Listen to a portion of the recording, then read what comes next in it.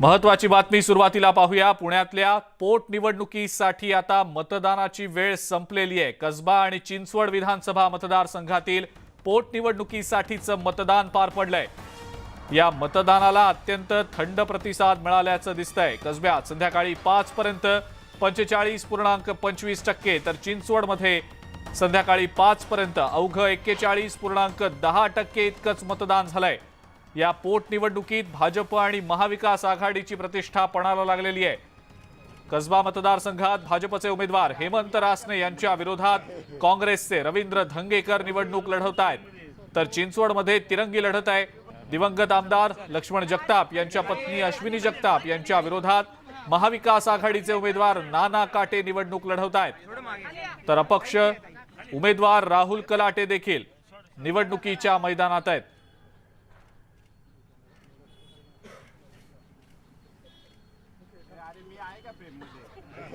पोटनिवडणुकीच्या मतदानासंदर्भातली अपडेट आता आपण जाणून घेणार आहोत। आपल्या सोबत आपले प्रतिनिधी चंद्रकांत फुंदे आणि गोविंद वाकडे सध्या जोडले गेलेले आहेत। सुरुवातीला चंद्रकांत, आपल्यापर्यंत येतो। मतदानाला कसबा मतदारसंघातल्या अत्यंत थंड प्रतिसाद मिळाल्याचं दिसतं आहे। चंद्रकांत, काय नेमकं मतदानाच्या टक्केवारीविषयी सांगता येईल? अजिंक्य 5 वाजता 45.45 एवढी टक्केवारी आहे। म्हणजे 25 साधारण त्या तिथून पुढचा 1 तास जरी धरला ती फायनल आकडेवारी येईलच, पण साधारण 3 ते 5%, 5% नाही वाढणार, 3%, म्हणजे 50%च्या आतच ही टक्केवारी राहिलेली आहे। 2019ला ही टक्केवारी 49% होती। म्हणजे टक्केवारी गेल्या वर्षीपेक्षा, अर्थात बाय इलेक्शन असलं का टक्केवारी घसरतेच, पण यावेळेस तुला सांगतो जर 40-42% मतदान राहिलं असतं तर भाजप जिंकलं असतं असं सांगितलं जातं। पण आता ही टक्केवारी वाढली, ही वाढीव टक्केवारी नेमकी कुणाला फायदा देणार? मग भाजपचे लोक हे सांगतात की आम्ही उरलेले 10% आम्हीच बाहेर काढलेले आहेत, मग अगदी सगळ्या युक्त्या वापरून। त्यामुळं ही ज्यावेळेस इलेक्शन जाहीर झाली ना त्यावेळेस इथं भाजपची सीट धोक्यात होती असे सर्वे सांगत होते, म्हणून भाजपने उमेदवार बदलला, कारण अँटी इन्कम्बन्सीचा खूप मोठा फटका बसत होता। त्यानंतरही ही इलेक्शन जर धंगेकर विरुद्ध रासने झाली असती तर निश्चितच धंगेकर विजयी झाले असते, पण भाजपने ही इलेक्शन ठरवून हिंदुत्वाच्या मुद्द्यावर नेली, ठरवून।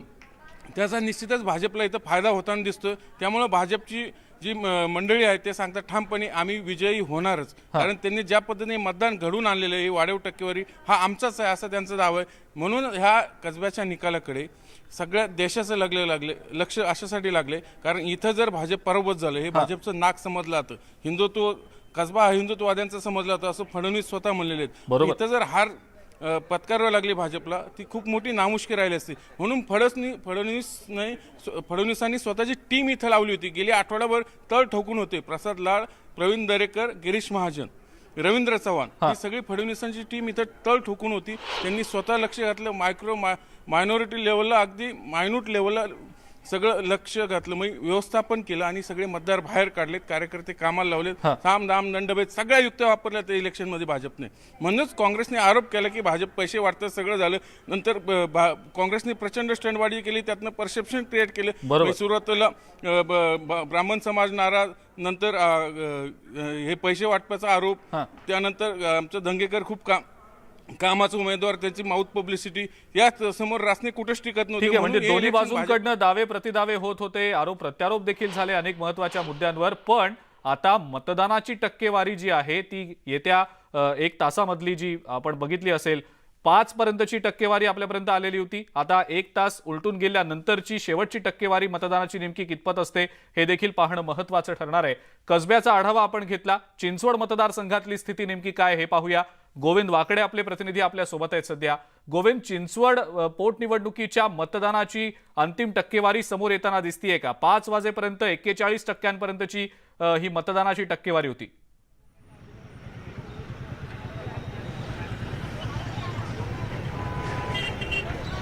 अर्थातच 41.6% ही मतदानाची टक्केवारी आतापर्यंत जी अधिकृत माहिती आली आहे त्यानुसार आपल्याला कळते आहे। आणि आपण आता बघतो आहोत की आत्ता जे आहे 510 एकूण मतदान केंद्र आहेत आणि ती सर्वच्या सर्व आता त्याचे जे मेन डोअर आहेत ते बंद करण्यात आलेले आहे आणि कुणालाही मतदानासाठी आत सोडलं जात नाही आहे। रविवार असल्यामुळे काही प्रमाणामध्ये लोक जे आहेत ते उशिरा मतदान करण्यासाठी निघाले होते. मात्र अनेक मतदारांना आता त्या आपल्या मतदानापासून आपल्या हक्कापासून वंचित राहावं लागणार आहे. ही 6 नंतरची जी आकडेवारी आहे ती 45 ते 48% एवढी जाईल असं अंदाज बांधला जातोय. मात्र एकूण जर बघितलं तर ही निवडणूक आहे ती अत्यंत चुरशीची होते.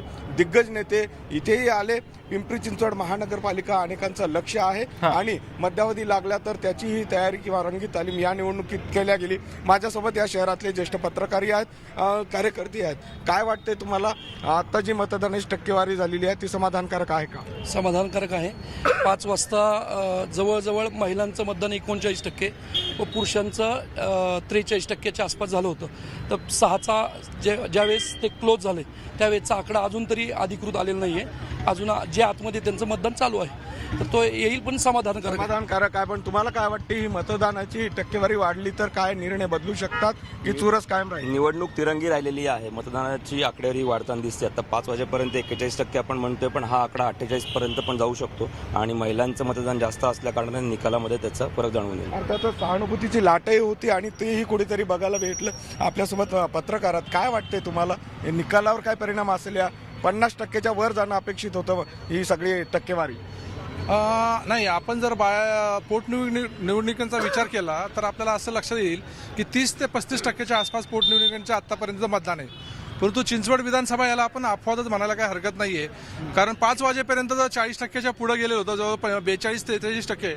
आता आम्ही माहिती घेतली तर साधारणतः 48 ते 50%च्या आसपास बहुतांश बूथवर मतदान झालेलं आहे.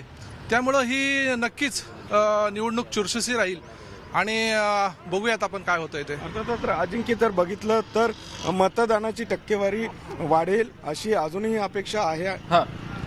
बरोबर आहे. बघूया आपण अंतिम टक्केवारी नेमकी कितपत असते ते. गोविंद आणि चंद्रकांत दोघांचेही आभार, आपण माहिती दिली त्याबद्दल. पुण्याचे खासदार गिरीश बापट यांनी सुद्धा आपला मतदानाचा हक्क बजावलाय. गिरीश बापट सध्या आजारी आहेत, त्यांच्यावर रुग्णालयात उपचार सुरू आहेत. ऑक्सिजन सपोर्टवर असताना सुद्धा बापट अहिल्यादेवी शाळा मतदान केंद्रावर पोहोचले आणि त्यांनी आपला मतदानाचा हक्क बजावला. आजारी असतानाही बापट कसबा पोटनिवडणुकीच्या प्रचार सभेत देखील सहभागी झाले होते आणि या मुद्द्यावरून जोरदार राजकारण रंगल्याचं देखील आपण पाहिलेलं होतं.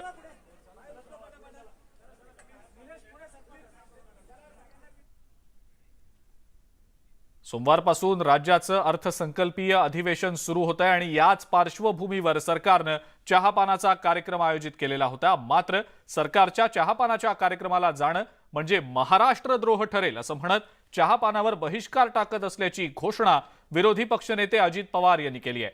या अधिवेशनामध्ये सरकारला घेरण्यासाठी विरोधक सज्ज झालेले आहेत.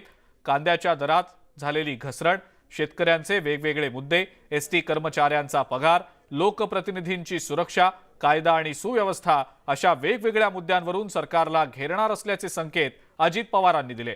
अधिवेशनाच्या पूर्वसंध्येला घेतलेल्या पत्रकार परिषदेत अजित पवारांनी सरकारवर हल्लाबोल केला. आता अजित पवार यांच्या टीकेला सरकारकडूनही जोरदार प्रत्युत्तर मिळण्याची शक्यता आहे.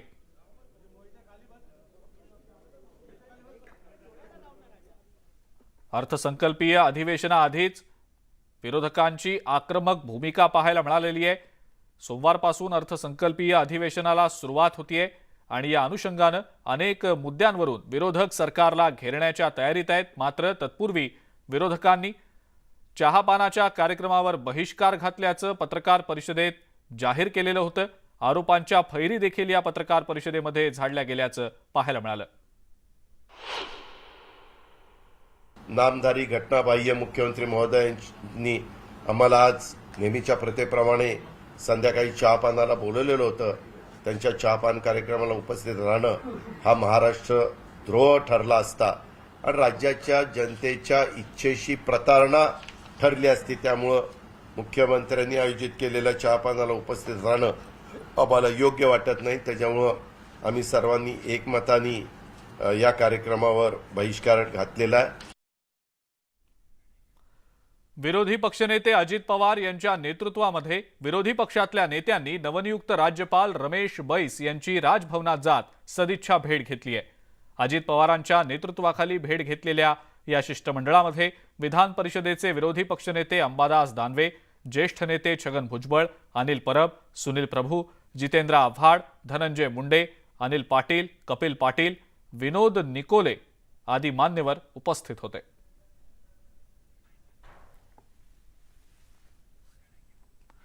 राज्यातल्या सत्तांतरानंतर सत्ताधारी आणि विरोधकांमध्ये श्रेयवादाचं राजकारण रंगलंय. छत्रपती संभाजीनगर आणि धाराशिवच्या नामांतरावरून प्रकर्षानं हेच पाहायला मिळालं आणि याच मुद्द्यावरनं देवेंद्र फडणवीस आणि एकनाथ शिंदे यांनी ठाकरेंवर घणाघात केल्याचंही पाहायला मिळालंय.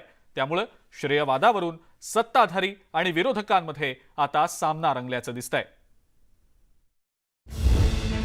विकास कामांचं भूमिपूजन, तापलं राजकारण. श्रेय घेण्यावरून फडणवीसांचं टीकास्त्र. विकास कामांवरून मुख्यमंत्री शिंदेंचे वाद. सत्ताधाऱ्यांच्या टीकेवर विरोधकांचा पलटवार. मुंबई महानगरपालिकेच्या सुशोभीकरणाअंतर्गत 320 विकास कामांचं भूमिपूजन मुख्यमंत्री एकनाथ शिंदे आणि उपमुख्यमंत्री देवेंद्र फडणवीस यांच्या हस्ते पार पडलं. या कामाचा शुभारंभ करताना मुंबईतील रस्ते सिमेंट काँक्रिटीकरण अंतर्गत एकूण 52 किलोमीटर लांबी असलेल्या 111 रस्त्यांच्या कामांचा प्रत्यक्ष प्रारंभ तसंच मलनिस्सारण प्रकल्पाअंतर्गत मलनिस्सारण वाहिन्या टाकण्याच्या कामाचं भूमिपूजन करण्यात आलं. पण याच कार्यक्रमात मुख्यमंत्री आणि उपमुख्यमंत्र्यांनी नाव न घेता उद्धव ठाकरेंवर घणाघात केला. देवेंद्र फडणवीसांनी तर श्रेय घेण्यावरून जोरदार टोला लगावला. मुख्यमंत्री महोदय, एक गोष्ट मला समजलीच नाही की आपण कुठलंही काम सुरू केलं की काही लोक म्हणतात आमच्याच काळात झालंय. अरे 2.5 वर्षापैकी 2 वर्ष तर ते दरवाजाच्या आतच होते, बरोबर आहे ना? 2.5 वर्षापैकी 2 वर्ष ते दरवाजाच्या आतच होते. म्हणजे 6 महिन्यात त्यांनी मुंबई बदलून टाकली. कुठलंही काम आम्ही हातामध्ये घेतलं की म्हणतात आमच्याच काळातलं आहे. देवेंद्र फडणवीसांनी विरोधकांवर निशाणा साधल्यानंतर मुख्यमंत्र्यांनीही तोच धागा पकडत विरोधकांचा समाचार घेतला.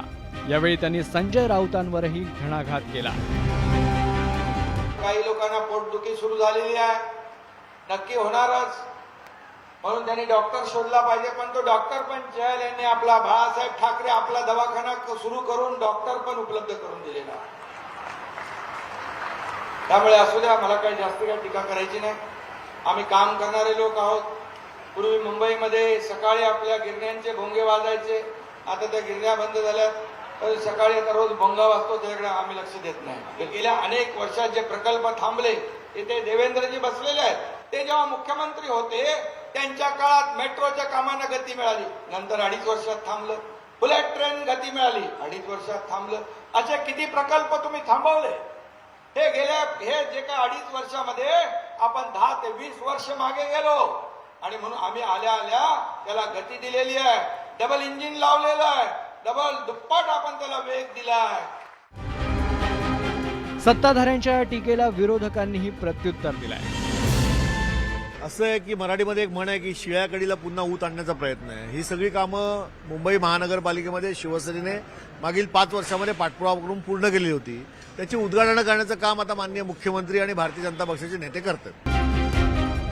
एकंदरीतच महापालिका निवडणूक तोंडावर असताना सत्ताधारी आणि विरोधकांमधला संघर्ष आणखी तीव्र होण्याची शक्यता आहे. त्यातच विकास कामांवरून सत्ताधारी आणि विरोधकांमध्ये कलगीतुरा रंगल्यानं जसजशा निवडणुका जवळ येतील तसतसं हे राजकारण आणखी तापण्याची शक्यता आहे. Bureau report, news 18.